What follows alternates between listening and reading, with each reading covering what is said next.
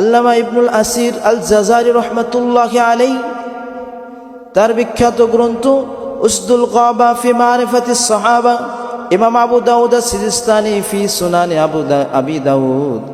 আবু দাউদের 198 নম্বর হাদিসের মধ্যে ঘটনাটি চমৎকারভাবে বর্ণনা করেছে। রাসূল পাক সাল্লাল্লাহু আলাইহি ওয়াসাল্লামের জলিলুল কদর সাহাবী আব্বাদ ইবনে বিশর রাদিয়াল্লাহু তাআলা আনহু তিনি দাঁড়িয়ে গেলেন, বললেন, ইয়া রাসূলুল্লাহ, ইয়া হাবিবাল্লাহ, আমি আপনার খেদমতে আপনার কদমে দাঁড়িয়ে দাঁড়িয়ে সারা রাত পাহারা দিতে চাই। আপনারা নিশ্চিন্তে ঘুমিয়ে পড়ুন, আমি আব্বাদের জীবন থাকা অবস্থায় আপনাদের নিরাপত্তায় বিঘ্নিত হবে না। ফান্তাদাবা রাজুলুম মিনাল মুহাজিরিন ওয়াল আনসার, আব্বাদের এই কথা শুনে মুহাজির আর এক সাহাবী আম্মার ইবনে ইয়াসার রাদিয়াল্লাহু তাআলা আনহু বললেন, ও ভাই আব্বাদ, আমিও তোমার সাথে নবীজির এই মোবারক অফারটাকে গ্রহণ করতে চাই। তুমি কেন একা নবীজিকে পাহারা দিবে, সাহাবায়ে কেরামকে পাহারা দিবে? আমিও তোমার সাথে সহযোগী হয়ে নবীজির কদমকে পাহারা দিব। নাহমাদুহু ওয়া নুসাল্লি আলা রাসূলিহিল কারীম।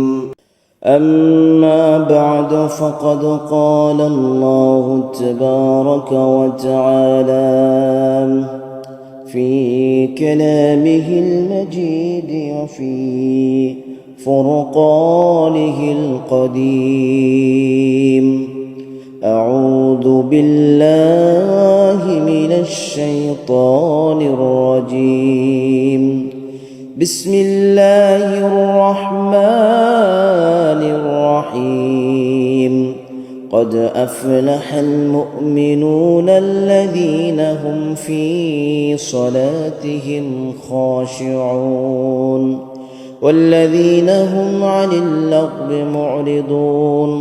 صدق الله المولانا العظيم وصدق رسوله النبي الكريم ونحن على ذلك من الشاهدين والشاكرين.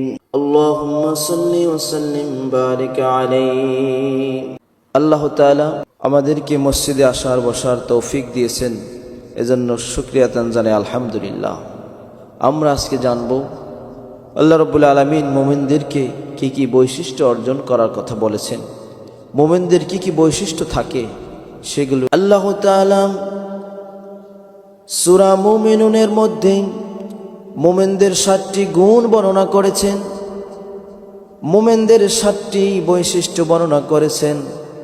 রব্বুল আলামিন বলেন, قد أفلح المؤمنون الذين هم في صلاتهم خاشعون والذين هم عن اللغو معرضون.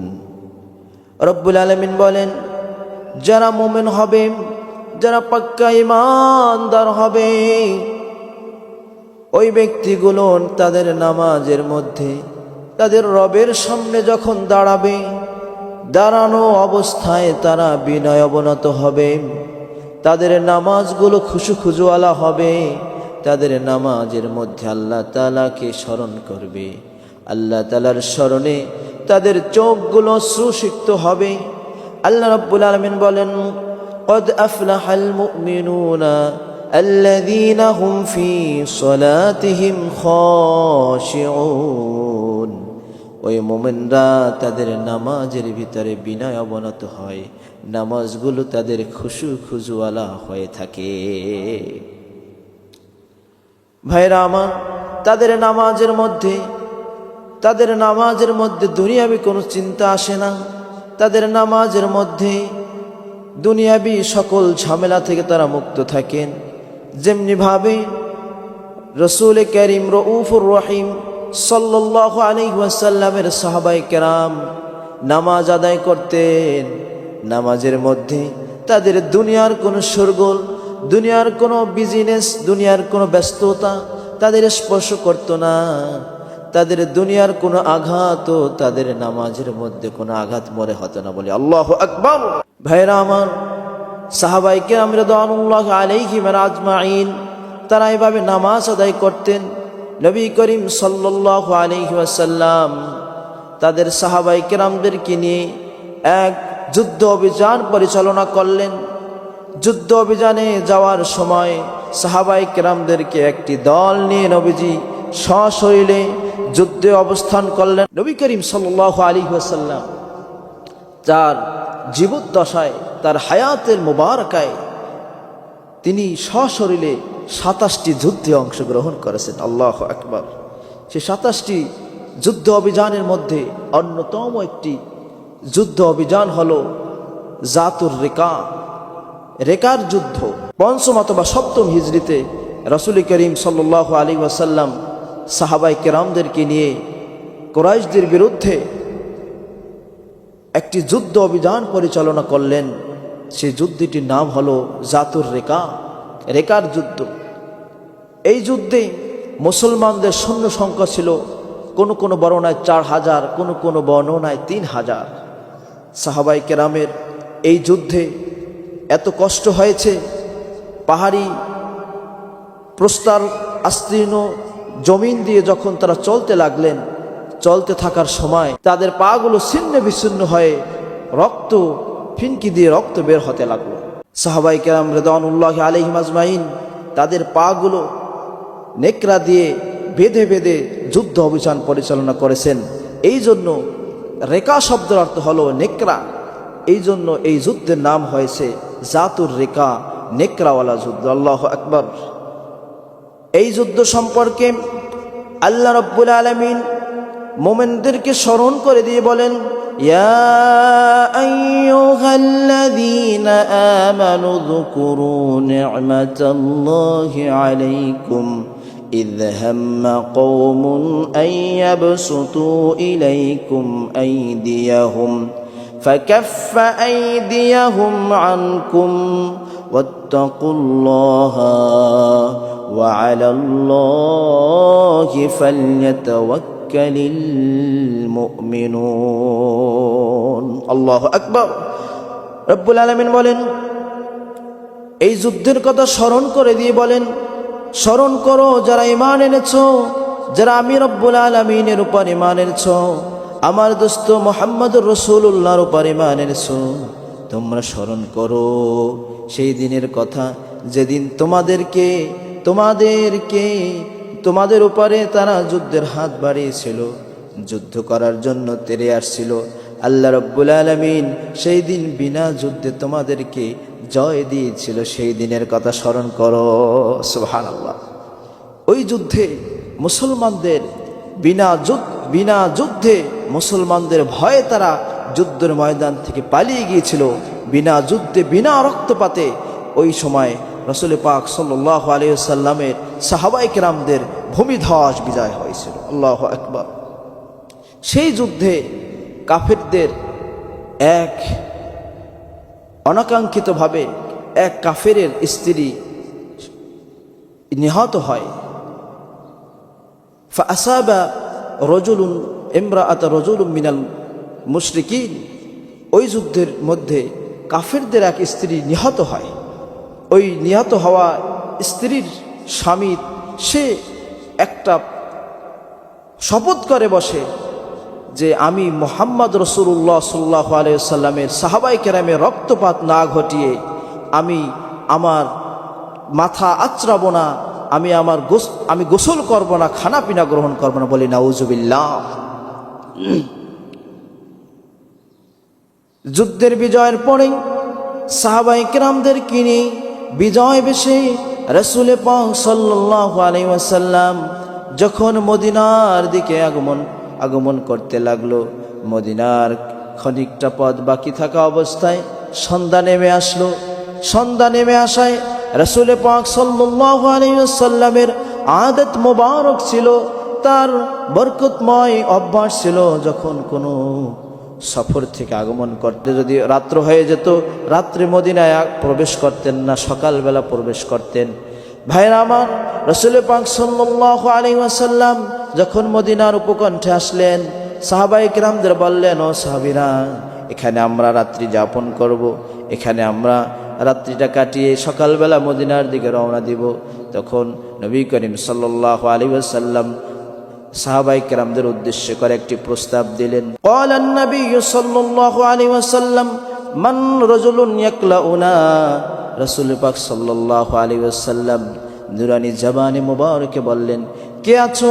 এই যুদ্ধ থেকে আমরা এসেছি, ক্লান্ত শরীর নিয়ে একটু ঘুমাবো। কে আছো? সারা রাত দাঁড়িয়ে দাঁড়িয়ে আমাদেরকে পাহারা দিবা। কে আছো?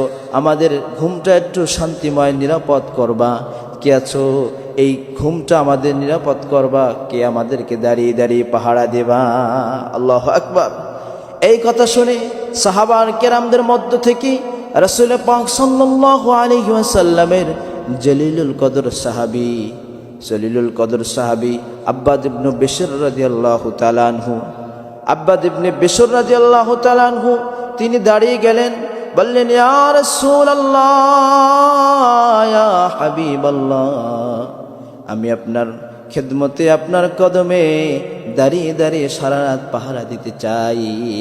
আপনারা নিশ্চিন্তে ঘুমিয়ে পড়ুন, আমি আব্বাদের জীবন থাকা অবস্থায় আপনাদের নিরাপত্তায় বিঘ্নিত হবে না।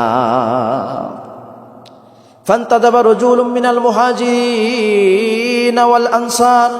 আব্বাদের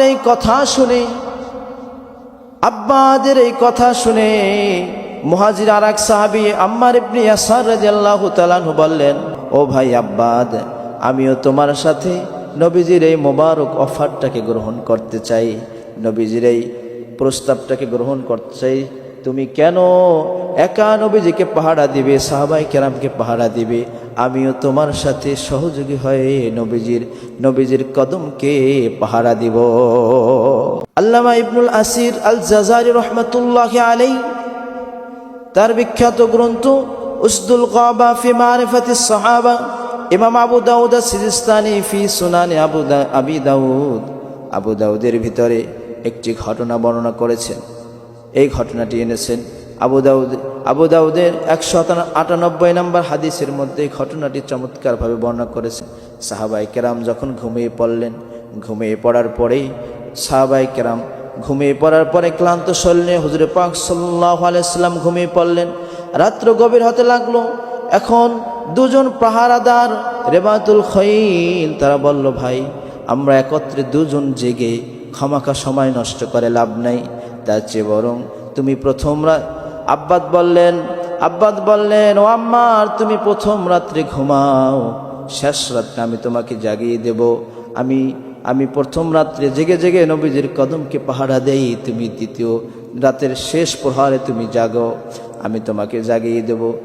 হযরত আব্বাদ রাদিয়াল্লাহু তাআলা আনহুর প্রস্তাব আম্মার ইবনে ইয়াসার রাদিয়াল্লাহু তাআলা আনহু বললেন, তাহলে তাই হবে, তাহলে আমি ঘুমিয়ে পড়লাম, কোনো বিপদে পড়লে আমাকে জাগিয়ে দিবে। আল্লাহু আকবার।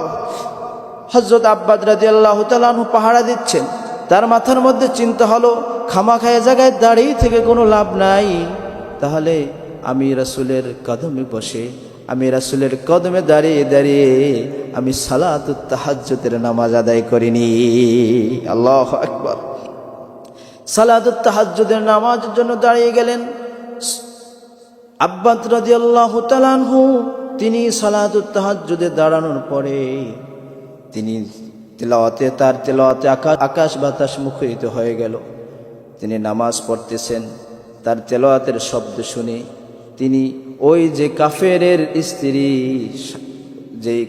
স্ত্রী নিহত হয়েছে, ওই কাফের তীর ধনুক নিয়ে উপস্থিত, যে বলেছিল মুহাম্মাদুর রাসূলুল্লাহ সাল্লাল্লাহু আলাইহি ওয়াসাল্লামের সাহাবায়ে কেরামের রক্তপাত না ঘটিয়ে আমি থামবো না, বলেন নাউজুবিল্লাহ।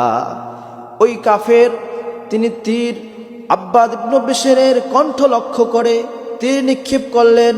তীর নিক্ষেপ করার পরে ওই তীরটা অব্যর্থভাবে সফলভাবে তার সিনাকে এক পাশ থেকে ঢুকিয়ে আর এক পাশ অতিক্রম করে গেল। আল্লাহু আকবার। তারপরে লাম ইয়াকতাইস সালাত ওয়া লাম ইয়াতাহাররাক ওয়া হুয়া ইসাব্বিতু ফিস সালাহ। ওই তীরের আঘাত সহ্য করার পরেও নবীজির সাহাবী এক চুল লড়লেন না, নামাজ বন্ধ করলেন না, তেলাওয়াত চালিয়ে গেলে। কাফের মনে করলো যে মনে হয় অন্ধকারের ভিতরে আমার তীরটা লাগে নাই, আমার তীরটা ব্যর্থ হয়ে গিয়েছে। আবার আব্বাদের কণ্ঠের তেলাওয়াত শুনে আবার কণ্ঠকে লক্ষ্য করে তীর নিক্ষেপ করলো।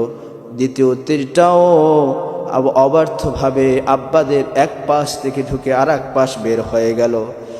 তারপরও নবীজির সাহাবী লাম ইয়াতাহাররাক ওয়া লাম ইয়াকতাইস সালাহ, এরপরও আল্লাহর নবীজির সাহাবী তেলাওয়াত বন্ধ করলেন না, এক চুলও নড়লেন না। তারপরে দ্বিতীয় তীরটা বিদ্ধ হওয়ার পরেও যখন তেলাওয়াত বন্ধ করলেন না, তখন কাফের মনে করলেন এই তীরটাও মনে হয় আমার লক্ষ্যভ্রষ্ট হয়েছে, এই তীরটাও মনে হয় আমার মিস হয়েছে। আবার তৃতীয় তীরটা যখন মারলেন, তৃতীয় তীরটা নিক্ষেপ করার পরে আব্বাস রাদিয়াল্লাহু তাআলা আনহু রক্তে স্নান করে জমিনের মধ্যে বসে পড়লে এবং ডেকে তার সাথীকে জাগালেন, ও ভাই আম্মার,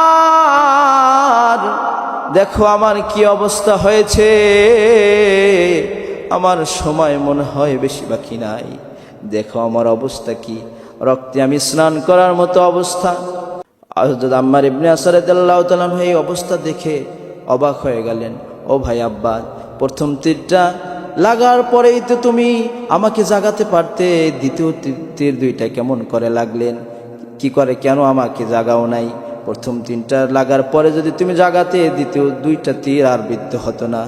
তখন ওই আব্বাদ ইবনে বিশর রাদিয়াল্লাহু তাআলা আনহু বলেন, কাবার মালিকের কসম খেয়ে বলছি, আল্লাহর কসম খেয়ে বলছি, খোলা আকাশের নিচে নবীজির কদম মুবারকের পাশে বসে সালাতুত তাহাজ্জুদে আমি তেলাওয়াতে এত মজা পেয়েছিলাম, এই তিনটা কখন বিদ্ধ হয়েছে আমি বিন্দু পরিমাণ ব্যথা পাই নাই, কষ্ট অনুভব করি নাই। আল্লাহু আকবার। এই হলো সাহাবায়ে কেরামের নামাজ, এই হলো সাহাবায়ে কেরামের খুশু। এভাবে সাহাবায়ে কেরাম তাদের নামাজ পড়তেন। আর আমরা নামাজে দাঁড়িয়ে দোকানের হিসাব করি, আমরা নামাজে দাঁড়িয়ে ফ্যামিলির হিসাব করি, ছেলেমেয়ের চিন্তা করি। সাহাবায়ে কেরাম এভাবে নামাজ পড়তেন না। এই জন্য আল্লাহ রাব্বুল আলামিন মুমিনদের অন্যতম একটি বৈশিষ্ট্য দিলেন, কদ আফলাহাল মুমিনুন আল্লাযীনা হুম ফি সলাতিহিম খাশিউন, যারা পাক্কা ঈমানদার মুমিন হবে তাদের নামাজগুলো হবে খুশু পূর্ণ, তাদের নামাজের ভিতরে শুধুমাত্র আল্লাহ তাআলা কি স্মরণ করবে। বলে আল্লাহু আকবার।